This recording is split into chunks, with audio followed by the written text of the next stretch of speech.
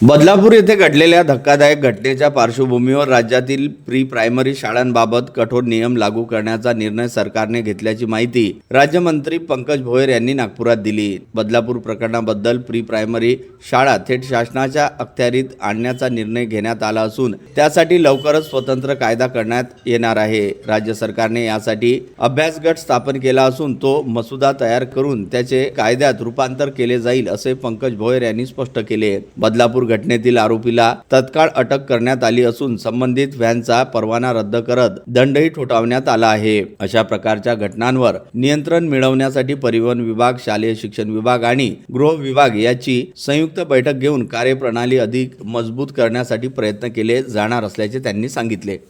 बदलापूर येथील एका pre primary स्कूलमध्ये शिकणाऱ्या विद्यार्थिनीसोबत स्कूल व्हॅनने ती घरी जात असताना चुकीचे प्रकार तिच्यासोबत काही घडले। मग तिच्या आईवडिलांनी तक्रार दिल्यानंतर संबंधित व्यक्तीवर पोलीस प्रशासनाद्वारा कारवाई देखील त्या ठिकाणी करण्यात आली, त्याला अटक करण्यात आली।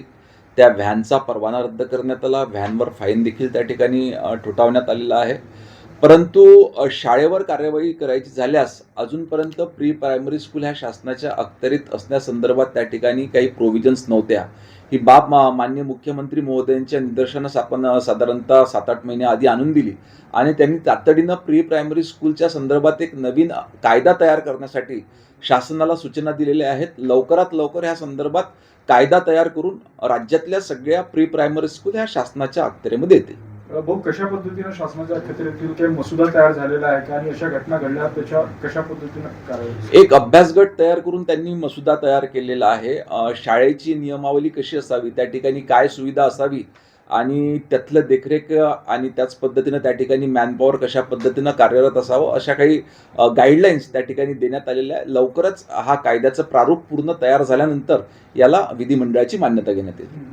भाऊ, अनेक वेळा पाहतो की अशा घटना या स्कूल बसमध्ये होतात, कायदे कडक आहे, गेल्या वेळी कारवाई देखील केली होती, मात्र त्यावेळी कारवाई होतं नंतर मग ढील देत होतं। आता या सगळ्या बाबतीत आपण गांभीर्याने हे सगळं गृह राज्यमंत्री म्हणून प्रकरण घेणार आहोत। नाही, निश्चितच याच्यासोबत परिवहन विभागासोबत देखील आपण बैठक घेणार आहे। शालेय शिक्षण विभाग, परिवहन विभाग आणि गृह विभागाची एकत्रित बैठक लावून याची कार्यप्रणाली अधिक मजबूत कशी करता येईल याचा प्रयत्न करण्यात येईल। भाऊ, दोन्ही राष्ट्रवादी सोबत येतील अशी चर्चा सुरू झाली आहे। संजय राऊतांनी देखील असे संकेत दिलेले आहे की दोन्ही राष्ट्रवादी सोबत येतील आणि मविया सोबत म्हणजे महाविकास आघाडी सोबत येतील। अजितदादा तुमच्या सोबत आहे, कशा अर्थाने तुम्ही या सगळ्या वक्तव्याकडे पाहता? नाही, महायुतीमध्ये सध्या सन्मान्य अजितदादा पवार आमच्या सोबत आहेत, शिंदे सेना आमच्या सोबत आहेत आणि भारतीय जनता पार्टी हा एक मोठा पक्ष म्हणून त्या ठिकाणी काम करतो आहे। येणाऱ्या निवडणुकांकरता कदाचित जर का राष्ट्रवादींना वाटत असतील त्या येणाऱ्या निवडणुका ह्या स्थानिक स्वराज्य संस्थांच्या निवडणुका आहेत, तो पूर्णपणे त्यांच्या पक्षाचा विषय असून ते लोक त्याच्यावरती निर्णय घेतील। कर्नाटकमध्ये जाणारा 400 कोटी रुपयाचा कंटेनर नाशिकमध्ये लुटला आहे, काय याच्या बाबतीत तुमच्याकडे माहिती आणि काय याच्यात तपास होईल? ह्या संदर्भात नुकतंच मला कळलेलं आहे, आता विभागाकडे विचारणा केलेली आहे। पूर्ण माहिती मिळाल्यानंतर आपल्याला विस्तृत माहिती त्या ठिकाणी